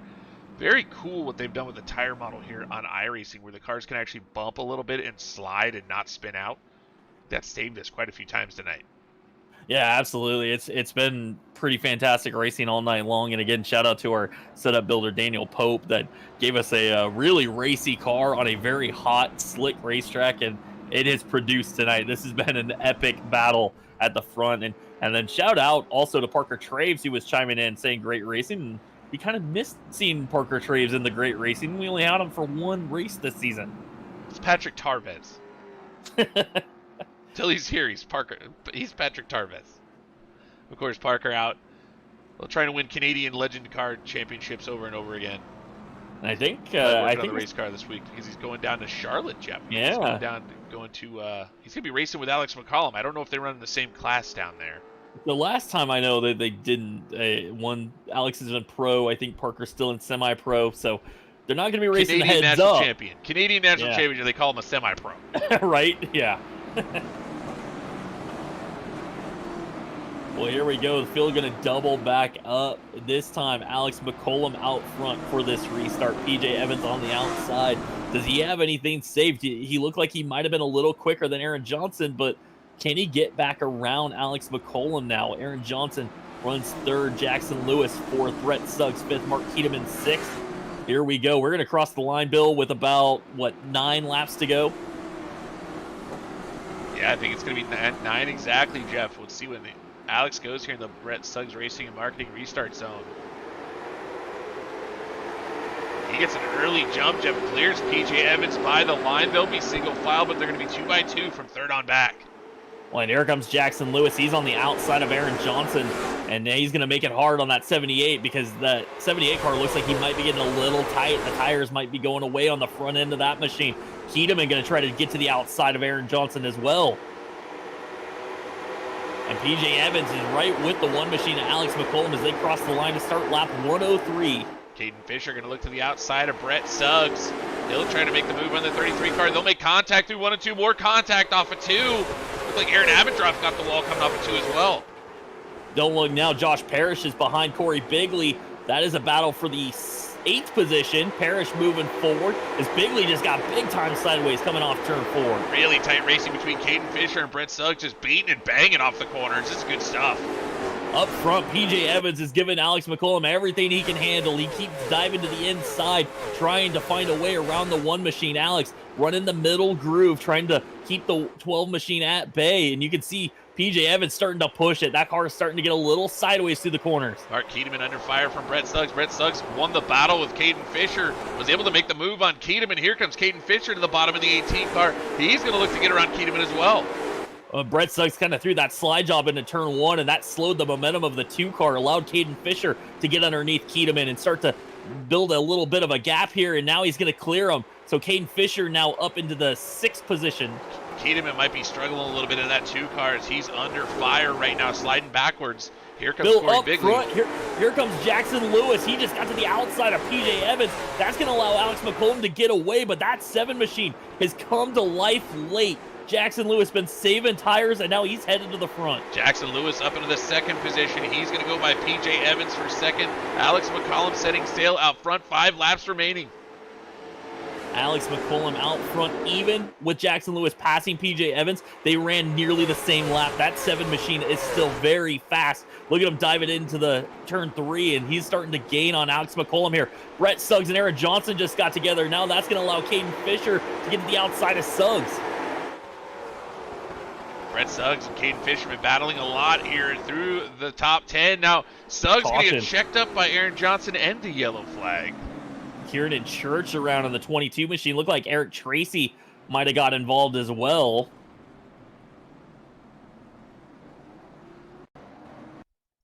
Man, it looked like it might have started off turn 4 with Aaron Abendroff. Ooh, and Aaron was he was sideways. Oh my gosh, there's a lot of cars crashing. Yeah, Aaron Abendroff just, let's see if Aaron just on his own or if he got bumped by, so I think I think he was sideways the whole corner.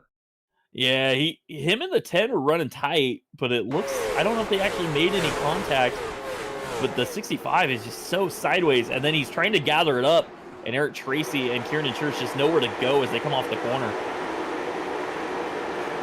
I've seen Aaron a bunch of times be really sideways off the corner and just not able to save it. Rick Rube was involved in that one as well. He was kind of an innocent bystander. He was a little bit behind this whole group. And he has Reagan Parent behind him, and Rube checks up and then gets hammered, and then he ends up getting into Kieran Church. That's what spun Church out. That was a big, big wreck, Jeff, and I think this is going to bring about overtime. He's very close. Yeah, I think it is going to send us into overtime here as we hit lap 110 of, looks like we were supposed to go 112 tonight?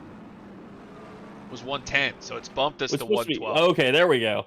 That makes sense. So it's already made the decision we're going overtime.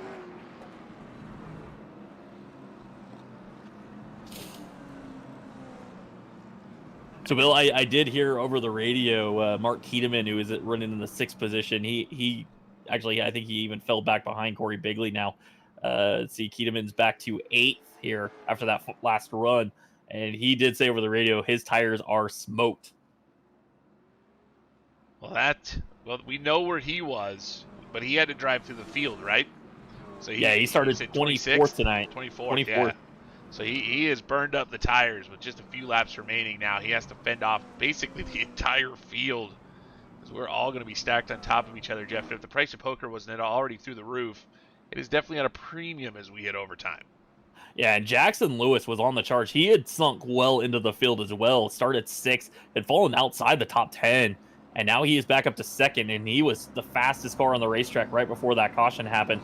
BJ Evans runs third, Aaron Johnson fourth, Caden Fisher from 16th to 5th. That 18 car has been fast here in the closing stages of this one. Brett Suggs holds on to 6th, Corey Bigley 7th, Keatum 8th, Josh Parrish 9th, Trevor Edwards 10. And I'm telling you, Josh Parrish right now, he needs this top 10 finish. If he can finish here, he very well could bump Cody Kelly out of the playoffs and make it into the top 8. So you watch this guy in the 55. It's going to be a guy to look for. And right now, Josh Parrish has got to be thinking, just please, nobody wreck me here. Like, yeah, he can afford to give up a spot or two, but he just can't afford to get crashed here at the end. So drama here as we head down into overtime to settle those final 8 positions. Well, we'll have 3 attempts at it if needed. And here we go. Alex McCollum, Jackson Lewis, PJ Evans, and Aaron Johnson, your first 2 rows. Caden Fisher, Brett Suggs in that 3rd row as we get to set to hit the BSRM restart zone this time with Alex McCollum out front. Now Jackson Lewis trying to see if he's got anything left for the one machine of Alex McCollum here in the LFOD Motorsports 110. We are into overtime.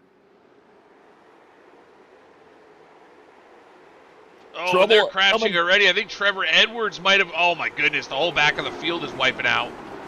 Bladen Edwards, Peyton Howell involved. Howell, again, one of those drivers that needed a good run tonight. Keaton backwards. Devin Rogers, Throwenberg. Yeah. Kieran Church had to come to a stop. So that was right around the 2 machine. Keaton got jacked up by something. I don't know if it was. I think it was Trevor Edwards was behind him.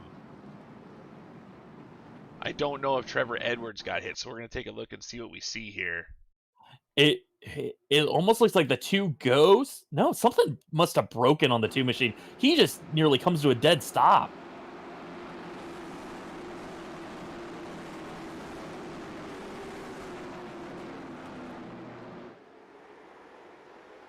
Oh, yeah, something definitely happens to the 2. And that meant big mess for everyone else. I don't know if it was a misshift, you put it in the wrong gear, what happened, but that car just quit pulling, and there was nothing Trevor Edwards can do. He's going because the 2 started to go, and then all of a sudden the 2's not going anymore. Let's see if we can hear it inside the 2. We'll go ahead and give the cockpit view.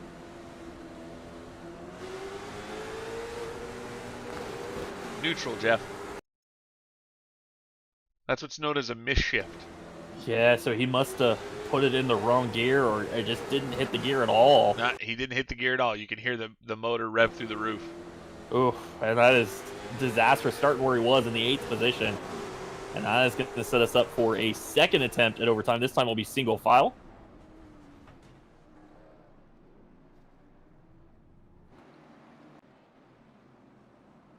Well, Jeff, we know some guys run four H pattern shifters. I never did for that exact reason. Me either. It was always paddle shift for me because you never know what's going to happen, Jeff. The only time I ever ran an H pattern shifter, I was at Bristol, and I remember I overshot my box on a pit stop. And the way you got I was using the G27 at the time, and the way you got the G27 shifter in reverse, you had to push it down and pull it back, and I ripped it off the desk. Oh, no. Yeah, so that was the end of me using H-pattern shifters because I couldn't go into reverse and my shifter was now in my hand. And that made it very difficult to get back racing. And I think I lost positions and I was frustrated and I've never used it again. Yeah, but I've also heard people missing shifts, and I think that's happened to other drivers before. And we ask them, why do you use the H-pattern shifter? And they say, realism, man. And we're like, well, I guess that's real. They miss shifts in real life too and kill the rest of the field. Yeah, absolutely. But I just never felt like I was comfortable with the H pattern shifters that we have on iRacing. I think if you had a more expensive setup, it would be better. But the stuff that I had, it just wasn't ever really comfortable. Yeah. Using it. Too short of a throw for me. So and I think that's what happens there. I think because the throw is so short, you happen to miss it. I mean, yeah, you can hit the gate and just, in the center, and it's ball game, right? Yeah, absolutely. Well, Bill, we are going to go single file because they did not complete a lap. That's going to play to the advantage of Alex McCollum. Jackson Lewis going to restart second here. PJ Evans, Aaron Johnson, Brett Suggs. This is going to make the field up a little bit further back because of that wreck. Hayden Fisher runs 6th, Corey Bigley 7th. Josh Parrish 8th. Trevor Edwards survived that one. He's going to hold on to 9th. Blake Thronberg will be 10th. Peyton Howell going to hold on to 11th. Even though he was collected, he got to go all the way back up to 11th. That's a big break for him as we get set to go. Second attempt at a green-white checker finish here for Alex McCollum, Jackson Lewis in the LFOD Motorsports 110.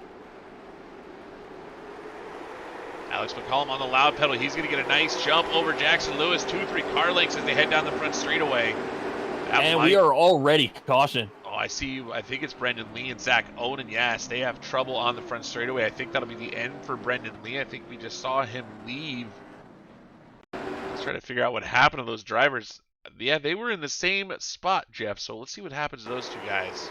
Yeah, Zach Owen was 12th coming to the green there. That was a C car, don't hit car situation, Jeff. Yeah, Brendan Lee had a good run. What happened there was Peyton Howell did not get a good restart. And Zach was waiting on him, and unfortunately, the guys behind him decided they were going no matter what. And unfortunately, Zach got ran over. I think Peyton Howell might be having some engine difficulties. He was caught in that last wreck, just not up to speed. Like you said, these guys were going. Peyton Howell in the 52 was not, and Brendan just got into the car in front of him, spun Zach Owen around. Well, Bill, we had some long green flag runs tonight, and unfortunately, when it came down to the end of this one, we haven't got a green flag run at all. So here we go. All of a sudden, we're going to our third attempt at overtime. This will be the third and final attempt that we'll give these guys. You know, I was just thinking the exact same thing you were thinking, Jeff. Or what you were saying, I was thinking that, but you can't. I honestly, up until this very last bit, we were getting a little bit of caution, cautions breed caution situation. But unfortunately, I mean, it's just little things, goofy things. Like Keteman, you don't expect to miss a shift there, and neither does he. I mean, that's just oh, I can't believe that just happened, right? That's exactly what he's going to say, and that never happens. But that yellow, and then that one was a weird situation, that was caused because, Peyton Howell's having issues from the previous wreck. I mean, just weird stuff, right? But what I wanted to say, Jeff, is this has been a really fun one. And I love being up with here with you in the booth, Jeff, and calling fun racing and all that. But this one's been so good, I probably would have had a good time watching this one as well. Yeah, absolutely. This has been a lot of fun tonight, and I want to thank everybody that's hung out on Facebook all night long as we get set to finish this one off, the LFOD Motorsports 110. And remember, we're going to do it all again tomorrow night with the Challenger Series. We got more drivers trying to make it into the top 8 so they can race for a championship. And but I tell you what, Mark Keteman's not going to get the finish that he probably could have had tonight. But all those Challenger Series guys that have been thinking, you know what, I've been struggling this season, I'm not making a lot of races. Look at Mark Keteman. He's been racing in your series, and he was in the top 5 for most of the night here on Monday night. So those Tuesday night guys are no slouches. They are not. You still got to be very, very fast to compete. Yes, they are not slouches on Tuesday night. We call it our development series, but that is probably shortchanging them just a little bit. I don't know of a development series in any league that is as fast as the Tuesday night guys are. They're pretty unbelievably good. Yeah, absolutely. So you Tuesday night guys, pat yourself on the back because the Tuesday night guys have shown out right now. Blake Thronberg runs 10th.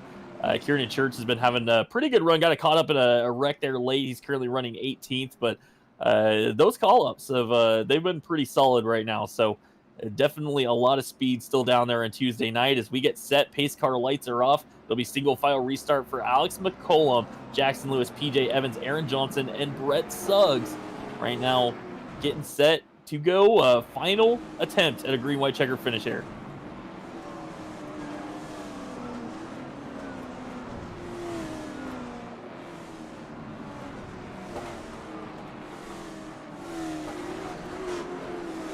Pace car going to head off the racetrack now. Alex McCollum has control of this restart. He's got to wait till the center of turns 3 and 4 to take off, and he will do that. He's past that point now into that BSRM restart zone. And we are off and away one last time here at IRP. Alex McCollum with another nice jump down the front straightaway. Looks very similar to the last one. Caden Fisher going to go way up the racetrack. A little bit farther back. I'm going to watch Josh Parrish here, Jeff. He looks underneath Corey Bigley. Parrish trying to make his way forward. Yeah, Alex McCollum's opened up a pretty big lead, and now Brett Suggs is trying to challenge Aaron Johnson. See Corey Bigley and Josh Parrish battling as Alex McCollum comes to the white flag. 1 lap to go. Jackson Lewis is still about 2-3 car lengths behind, just not going to be close enough to make a challenge. Alex McCollum through turns 1 and 2 and down the backstretch, looking to win tonight. The LFOD Motorsports 110 leads the field into turns 3 and 4. Jackson Lewis dives it into turn 3, gets close, but it's not going to be close enough. Off turn 4, Alex McCollum going to pick up the win. Jackson Lewis finishes 2nd, PJ Evans 3rd, Brett Suggs around Aaron Johnson for 4th at the finish. Aaron's going to come home 5th as he gets a little tap and a spin there from Caden Fisher, who finishes 6th. It looks like Corey Bigley going to pick up 7th, Josh Parrish 8th, Trevor Edwards 9th, Josh Cottle going to come home 10th. I so wish we could have gone double file on that last restart, Jeff. I hate saying that because sometimes those worry me. But tonight, they were a lot of fun. Blake Thronberg is actually going to bring his car home after starting on the pole. Blake had a good night, finishing 11th with his first race in the series. Kyle Meyer going to come home 12th. Peyton Howell 13th. Aaron Abendroth 14th. Elliot Carlson 15th. Devin Rogers 16th. Jonathan Sanford 17th. Kieran Church 18th. Eric Tracy 19th. Zach Onan finishes 20th. Blaze Brinkley, Brendan Lee, Rick Rue, Mark Keedeman, Bladen Edwards, Reagan Parent, Dylan Bates, and Peter Fisher round out all 28 cars. Alex McCollum doing donuts on the front straightaway. Yeah, Alex McCollum celebrating that one, and that is going to give him another bonus point heading into the playoffs. And Bill, that means he's going to have the most bonus points, 3 wins on the season. He'll have a little bit of an advantage if anything goes wrong in that opening round. Correct me if I'm wrong, Jeff, but I believe Alex McCollum is your defending series champion. He is. Defending late model shootout series champion. I'm surprised he has this much gas. I was actually starting to worry about it, thinking I hope Daniel put a lot of gas in this thing. Well, there is a reason we cut it down to just 110 laps, unlike some of the regular races that we run are 125, 150. Gas was going to be an issue here, so 110. It seemed like a pretty good distance. And we did 126, Jeff, so that started to get me a little concerned, but it looks like we were able to complete it. Well, looks like our race winner going to join us, Alex McCollum, in the house. And Alex, your 3rd win of the season. So you're going into the playoffs on a high note with the win. And now all of a sudden, you've got the most bonus points going into the playoffs. You got to feel pretty good about maybe defending your series championship here. Here's the sad part. Unfortunately, I won't be able to make Monday because I have the summer shootout on Monday. So unfortunately, I won't be able to make it on Monday. Oh, and we talked about that, Jeff. We should have used our brains and realized that he was not going to be around. Yeah, that's a good point. Well, Alex, at least I went on a high note. There you go. Let's talk about tonight, though, man. How much fun was that here at IRP? Did the car work great? Was it a good time racing with these guys? It looks like you guys were having a lot of fun using the whole racetrack. Yeah, I mean, that long green flag run was kind of boring because everybody was so single file, but I just took all the advantages I could on those restarts. I didn't care what I had to do to win. I was gonna try everything to win that race, but you know, I don't know. I thought I was wrecking a few times there, but I just kept my foot in it, so we'll see. Well, Alex, there was a point there where you and Mark Keedeman were having a pretty epic battle. I think it was about for the 4th or 5th position at the time. But you came over the chat and you said, you know what, it's go time. I got to go. What made you decide at that point in the race that you needed to start moving towards the front? Yeah, I knew. Honestly, I had a feeling there was going to be a yellow sometime soon at the end of the race, and I knew track position was going to be key. And I was sitting in a good position 4th because you're able to roll the top pretty good on restart. So my goal was to do what exactly I did, is try to get in front of Brett and do a crossover on PJ, but it worked out. I knew I had to get the track position, and luckily that yellow came out in my favor. So, Alex, do the guys on Tuesday nights that are listening or watching right now a favor. I don't know how many of them there are, but what should they do tomorrow night? What should their strategy be, knowing what you know from this race tonight and how you played it, and obviously it worked out for you? Tell them what they should be thinking about as they go into the race tomorrow. Yeah, so the setup's fairly tight, so you're definitely gonna have to conserve the right front and the right rear. So it's a little tricky trying to do a little bit of both. So um you don't need to necessarily like Aaron went all out and he was running pretty fast times. So honestly, you can run a pretty fast pace, I'd say, tomorrow, as long as you don't burn the right front up and the right rear. So honestly, if you just keep the car pretty straight as possible and watch your throttle inputs, I mean, you should be pretty good to go tomorrow. I think I saved too much because with me saving so much, I kind of uh got really tight on the right front, so I had to run the top there to use the right rear. But um, yeah, I mean, the biggest thing is just try not to burn your stuff up and go all out in the beginning, but definitely save for a little bit. But you could definitely run like 75%, 65%. I'd say all the way up to like lap 60, and then you could start picking it up. Well, Alex, we always like to talk to the guys about their real racing, and as you said, you're gonna be racing Monday nights in the summer shootout series for legend cars. That series is a pretty big deal, isn't it? And what would it mean for you to go out there on Monday nights and have big runs and be able to do what you just did right here, which is win races? Yeah, just the summer shootout. It's nothing to play around about. It's you got the best legend car drivers coming out there down to Charlotte to race, and I mean, from young lions to pro to master, I mean, the competition's unreal. So, I mean, to even walk away with a top five, top three, it's incredible. So, we got practice tomorrow. I feel really good about practice tomorrow. So, hopefully we're dialed up for the opener on Monday and Tuesday. So we'll see how that goes. So, Alex, where can usually I ask you to thank your friends at this point, but we're gonna wait on that just a minute. Where can we find this summer shootout? Is it going to be streamed or broadcast anywhere on the internet? It should be streamed. I'm not sure. They haven't announced what platform it's gonna be streamed on. It's either gonna be on US Legend Cars TV or Flow Racing. It's probably gonna be one of those, I think. Well, cool. I mean, I don't want anybody else to miss our races on Monday nights, but if you want to follow along with Alex McCollum, you can. So make And sure Parker if Trades. you if you're Parker Traves will be there. I think we'll probably have quite a few ITZR guys, or at least people that have raced with us in the past, running down there in Charlotte. That'll be fun to follow along with for sure. Yeah, it should be a good event. You guys should tune in. It's definitely very entertaining to watch. So you drivers are always up on their toes when they're racing, but tune in. Yeah, I think we'll definitely try to keep an eye on what's going on, Alex. But of course, who do you want to give a shout out to tonight? Who do you want to thank? Obviously, no setup that you need to build for this car, but a lot of guys that help you out. Yeah, I gotta thank everybody at the shop, EPI, Justin Brook Designs. You guys for putting these races on. It's always fun to come on a Monday night and race. It's tough. The competition keeps getting better and better, and it's only making me better. So um, anybody can improve. I'm improving. It's just all about getting better each time you get on the sim. So I'm getting better. A lot of people are getting better, which is making this a lot tougher on my part. So I'm having fun with it. It's always fun racing with these guys. I'm glad.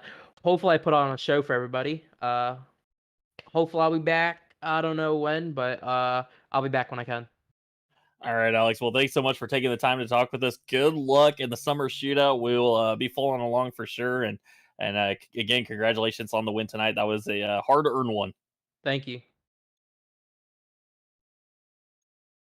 Well, now joining us, our second place finisher, Jackson Lewis. And Jackson, at the end there, you kind of came out of nowhere. It seemed like you sunk back in the field, you saved tires. What was the point where you decided, you know what, it's time to get to the front and try to challenge for the win?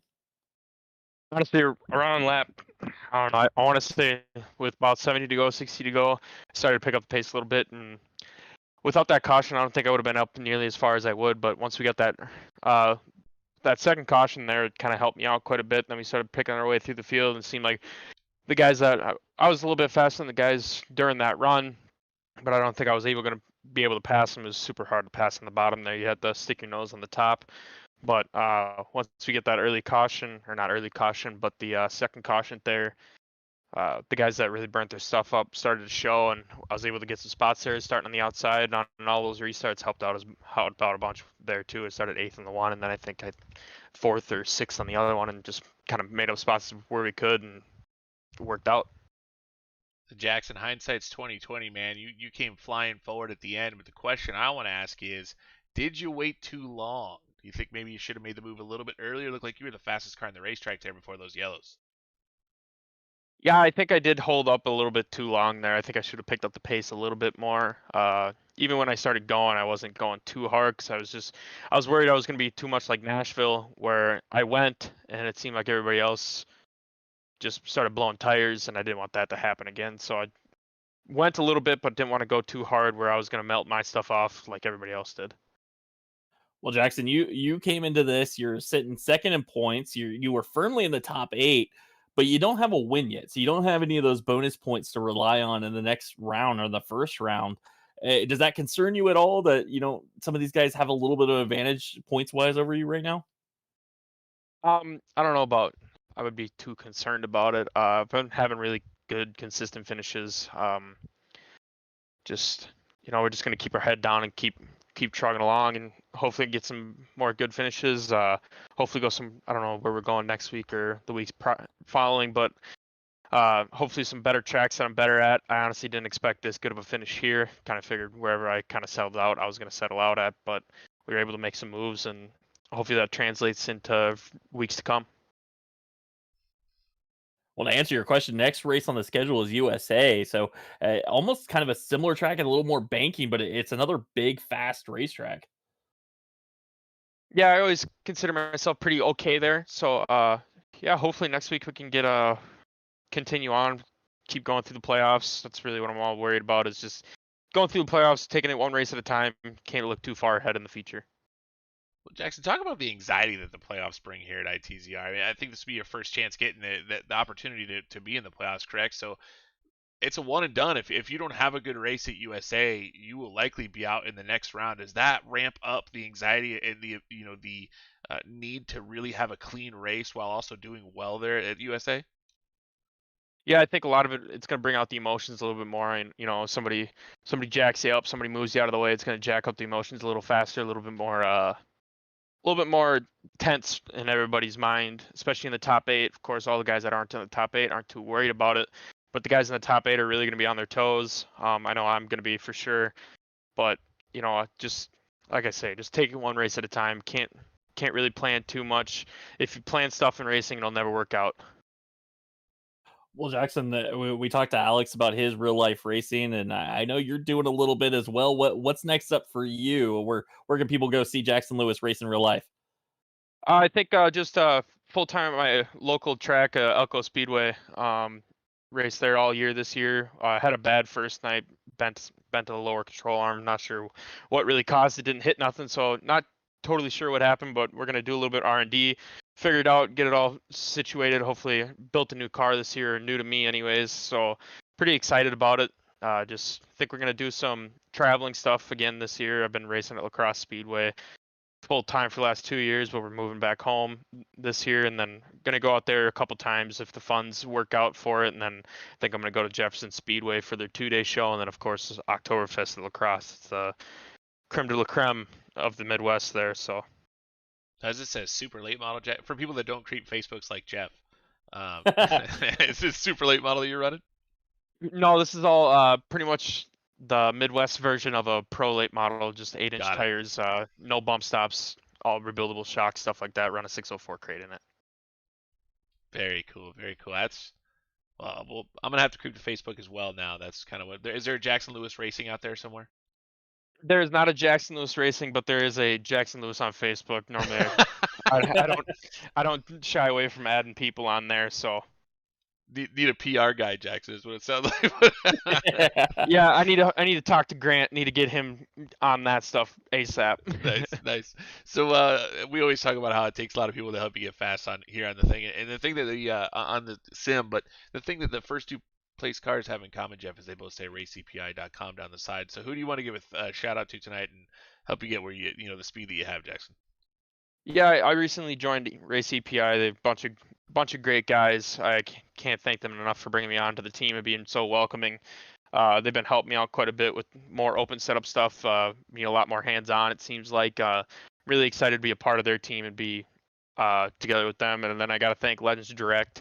they helped me out a bunch in the real life stuff, and same as Oxborough Enterprises. And I got a bunch more sponsors this year. Forever Long, they do artificial turf. Prairie Lake Lawn Care around here. They do all the landscaping needs for around here in Minnesota and the kind of where I live. And then Team Emond and Farmer Brown Motorsports. They really appreciate all those guys help me out in the real life stuff, and it translate over to the sim because obviously with them being here, I don't have to work as much. Well, Jackson, thanks for taking the time to talk with us tonight. Congratulations on another fantastic run, and we look forward to seeing how it plays out for you in the playoffs. You're one of the top 8. We know that already, so we'll see you next week at USA Speedway for the start of the ITZR playoffs. Yeah, hopefully I get to talk to you guys more than just once in the playoffs. Absolutely. We'll see you next week. Yeah, thank you. Appreciate it, guys. Well, now joining us, PJ Evans. And PJ, there was a point early on in that race. You jumped out to the lead. You started to pull away. Aaron Johnson ran you down, passed you back. What was the game plan there on that long green flag run? Were you starting to go back into tire saving mode, or was the car just kind of slowing down on you? Well, like I usually do, I just try to get out front and just save, like you said, and I was doing good saving, and then unfortunately, we just Aaron was coming, burning up his stuff, and then he got by us, and I was still trying to save a little bit, but surprisingly, he was still fast with the way he was running, and so I was trying to push a little bit, and I was trying to change my lines and figure out what was gonna work. And every time I got higher, it was starting to get a little tight. And then when I got to the bottom, it loosened up. So I was trying different ways, making the car better. But it was a good run though. I mean, ran in the top 3 whole race. I mean, not bad. Um, I was trying to space myself afterwards and just try to run my own thing, do my own thing, and try to get it far out as possible. And we kept a good distance from the guys behind us, me and Aaron. So I'm surprised that we were able to do that for that long until the yellows came, of course, and didn't go out in our way.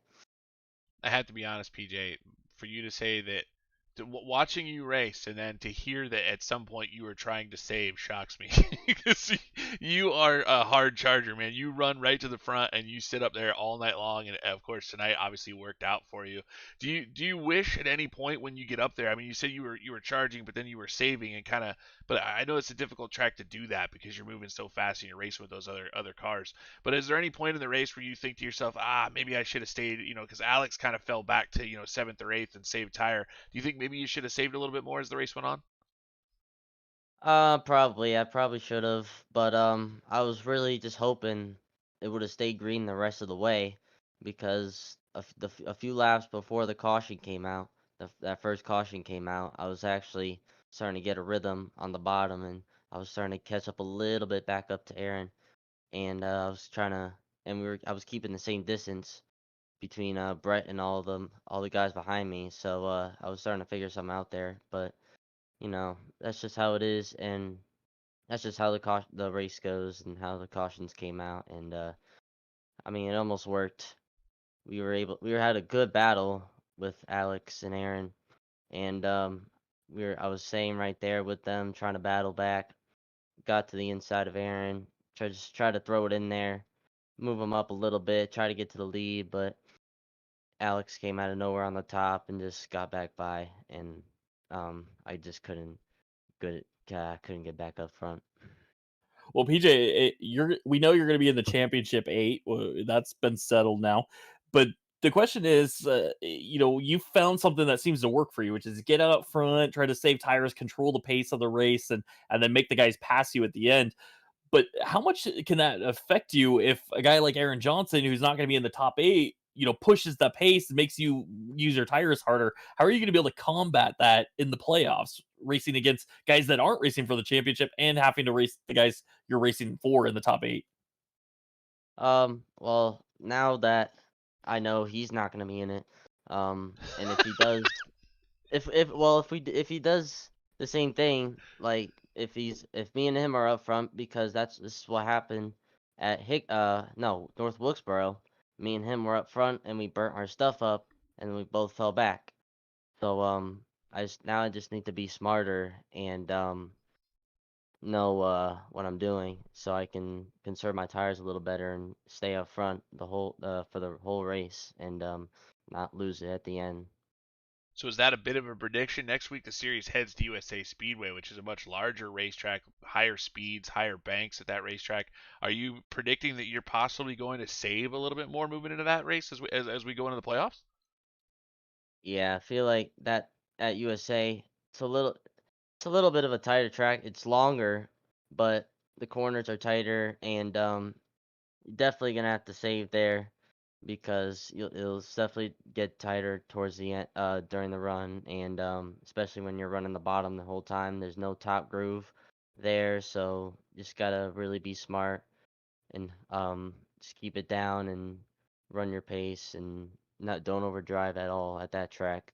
But I haven't ran that track in a while, so and I haven't ran it in these cars, so see how it goes and we'll figure it out and hopefully we can keep doing how I've been doing, staying up front, finishing up front. But hopefully we can click off some more wins. Well, PJ, we talked to both guys ahead of you about their real life racing, and I went over to Facebook and I followed PJ Evans Racing on Facebook, and it looked like you had a pretty good weekend, fourth place finish. So, what's next up for you with the late model you got there?